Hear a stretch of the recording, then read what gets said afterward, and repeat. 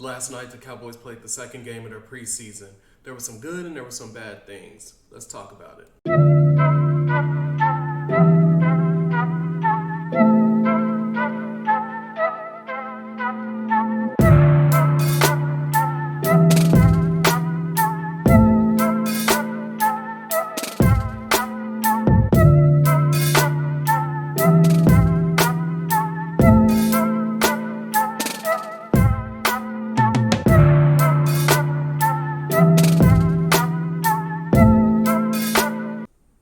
All right, so last night the Cowboys played game 2 of the preseason against the Seahawks. We did lose 22-14. However, I told you, wins, loss, I don't really care about that during preseason. Regular season, of course, it matters. Preseason, that's not what matters. Preseason, it's all about getting ready for the season. Now, we're going to start off with the good. Things that I saw that was good. Once again, 2 weeks in a row, Jalen Tolbert, guy is stepping up. Last night he had a really good game. I'm impressed with the leaps that he's made, actually. So last night he gets 4 receptions, 466 yards, and there was a play where he had to come underneath the ball to try and make the catch. If that would have counted, that would have been a beautiful thing. That would have been 5 catches for whatever yards, like 80 yards probably.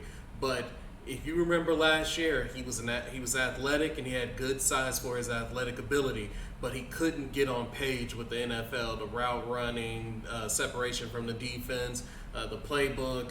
There was just different things he just wasn't in tune with. So it was actually nice to see 2 games in a row, guys running crisp routes. He's going after the ball. He's aggressive. He's still athletic. He's doing everything that we were hoping to see from him, which has me really excited because we're talking about receiver 4. Gallup is still receiver 3 unless Gallup doesn't recover. But then it's based on what Tolbert does during the season. Now that does matter. I don't think he'll jump Gallup based on preseason. But we're talking about a receiver 4 who's out there looking pretty solid. I'm happy about that. The other good that we saw last night, Sam Williams. Wow. Sam Williams it's crazy because we got him with Mike at the same time we got Micah. Both of them are physical specimens. They're both fast and very strong, especially for their size. To see the things that Sam Williams was doing yesterday, I saw him toss a lineman with one arm. He did an inside move, and that forced the lineman to make an adjustment because he's not fast enough to keep up with Sam Williams. Sam Williams just chunked him and went and got the sack. But he kept doing things like that all night. So if you look at the stat sheet, you're not thinking like, oh, he was amazing. But if you watch the game, Sam Williams looked absolutely good. I'm excited about that. And as a whole, the defense wasn't too bad because once again, teams look at the Cowboys as their Super Bowl. They want to win when they play us. So they had their 1s against our 2s. I wasn't too mad about how the defense looked. That is the good I got from last night.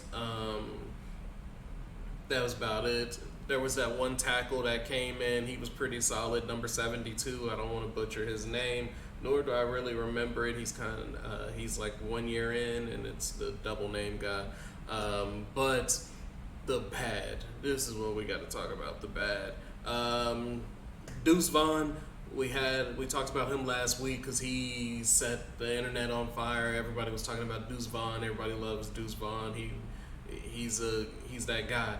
He came in. He got the 14-yard touchdown run. But outside of that, 4 runs for 0 yards, which is why I say to the guy which nobody expects it. Nobody expects Deuce Vaughn to be your featured back. That's why I always call him the Darren Sproles. Deuce Vaughn is a Darren Sproles type. He's going to come in and make some excitement plays, and as long as he does that, I think that will be good because he's a threat that way. However, he still, you saw last night, outside of that touchdown run, you saw that he still needs to develop. He still needs to get down his vision with the whole running and everything like that. Because once you get your hands on him, he's not going to get away. He's 176 pounds. Darren Sproles 190 pounds. So Darren Sproles thicker than Deuce was, and he had bigger thighs, and even he wasn't doing too much. But Deuce is going to get taken down if he gets touched. Oh, the really bad. We got to start with I should have started with the really bad. Overshown went down. I'm a big Overshown fan. I'm a Texas fan, Texas Longhorn fan, and I'm a Cowboy fan. So having a guy like that show up on the team is exciting for me because I followed him throughout college. But he did go down his ACL. Well, I'm not going to say that because we don't know, and I still got fingers crossed that everything comes back good, even though there's a fear that it might not. I was excited about the way he was playing. I was excited about everything. He took a step from college because I watched him in college and I had questions about him, but both preseason games I was happy with what I saw. So we're just going to pray for his health and recovery. Hopefully it's not too much because I would actually like to see him get on the field as a rookie, but we'll wait on the results of that. Mozzie Smith, I got to put him in the bad. I'm not going to be biased. Some people might feel that I'm a little bit biased on Mozzie Smith, but let's be honest, last night he still showed the power that we're looking for, the power, the strength, and him holding his ground, things like that. But also last night we saw what I was expecting to see against the Jags, and that's that he's still a rookie.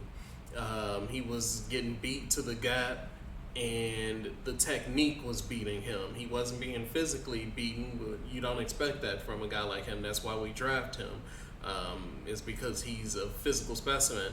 However, he's still a rookie. He still has to learn. He still has to develop. These guys have been doing this at a pro level for years. So when you put the rookie out there, you're going to see those things. And that's what we saw last night. He wasn't quick enough to his step. He wasn't quick enough to the read. And there was times that I was seeing things I didn't like.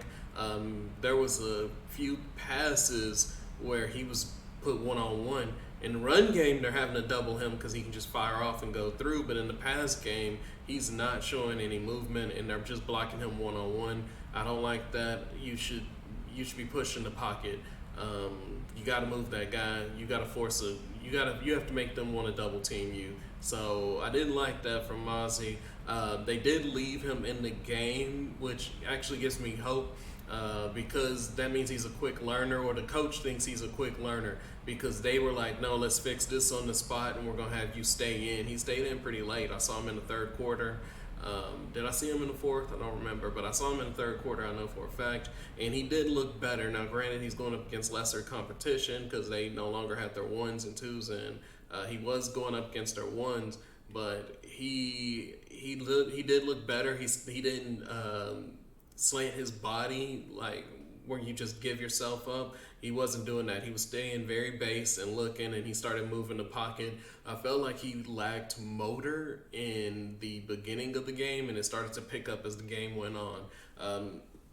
Based on him probably being a backup this year, I don't see how Hankins and Odigizua aren't the starters. He has to develop that motor. You have to, when you get your opportunity, you got to do something with it. You can't just be like, I'm going to warm up. You can't do that. You got to be ready.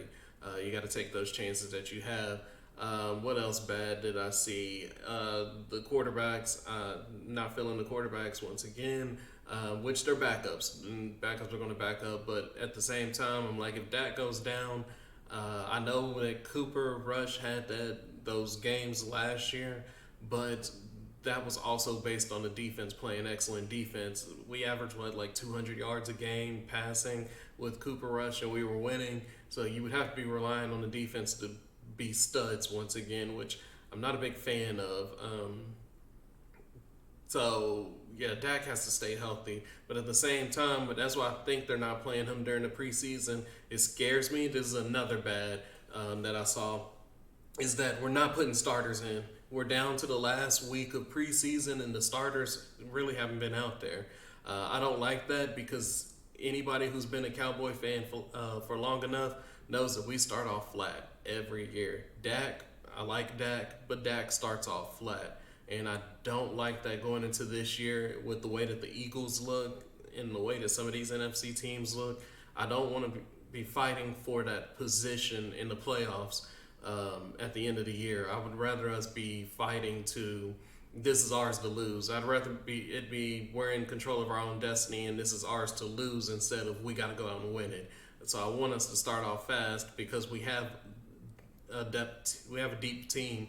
We have the depth to have a good end of the year, as long as we get a good start. So that's one thing I would like to see, but we're waiting to the final game to get out the starters. But yeah, we'll see how that works out. Because I remember last year against the Bucks, that was ugly. Dak looked like he was in training camp still. It was bad. What else bad did I see? Hendershot was starting at tight end, and Hendershot, you took a step back. There was some easy things that he was missing. He dropped the first catch, and then his route running wasn't even as crisp as it used to look. I just didn't like it. It wouldn't shock me if Shoemaker hops him to tight end number 2. I think that's a close battle eventually. We'll see later in the year. We'll see if Hendershot's number 2 or not. We'll see that. Our offensive line, that was bad. Yeah, that was bad. Didn't like it. We were getting bullied. People was breaking through. It was bad. That lets me know that is the thinnest part of our team. That is the thinnest part of our team. Running backs, because Rico looked good last night, which was nice to see because I like Rico. I think he's really good running back number 2. Pollard number 1, Rico number 2, and then you'll use Deuce as that special gadget guy, and then you still have Davis, and Davis is nice as well. But it was nice to see Rico because Rico's a complete guy. He's a runner and he's a blocker, so that's why I say he's number 2 because you need him on those passing downs. So it was nice to see him take a step up. The receivers, we have depth. I've talked about that. We have CeeDee Lamb, we have Brandon Cooks, we have Gallup, we have Tolbert. I still like that kid Brooks. He caught a pass last night, which was good for him because then they got to give him a little shout out on how he's been doing during camp. He's been looking really good. We were deep. Defensive line, we've talked about that. Our second string defensive line could start at multiple teams. And then we're even going 3 deep on the defensive line of good players. Linebackers, I like them. They fly around. They're athletic. They're unproven. Cox had a good game last night, which was nice. They're unproven, but I like them. The DBs, once again, we have good DBs all across the board. Kelvin Joseph, I don't know what's going on with that right there. Maybe we go sign a veteran, or I don't know what we do about being 4 deep at cornerback, but at least the first 3, Diggs, Gallimore, Bland, I like them. Offensive line, once we lose a starter, it gets scary. It gets scary. Ball at guard, I'm okay with because Ball has been a decent run blocker, but his pass blocking, I don't like it. So that's some bad right there. And that's about mostly everything that I saw last night. Let me know what you thought about the game. Go ahead, like, comment, share, subscribe. I'm out.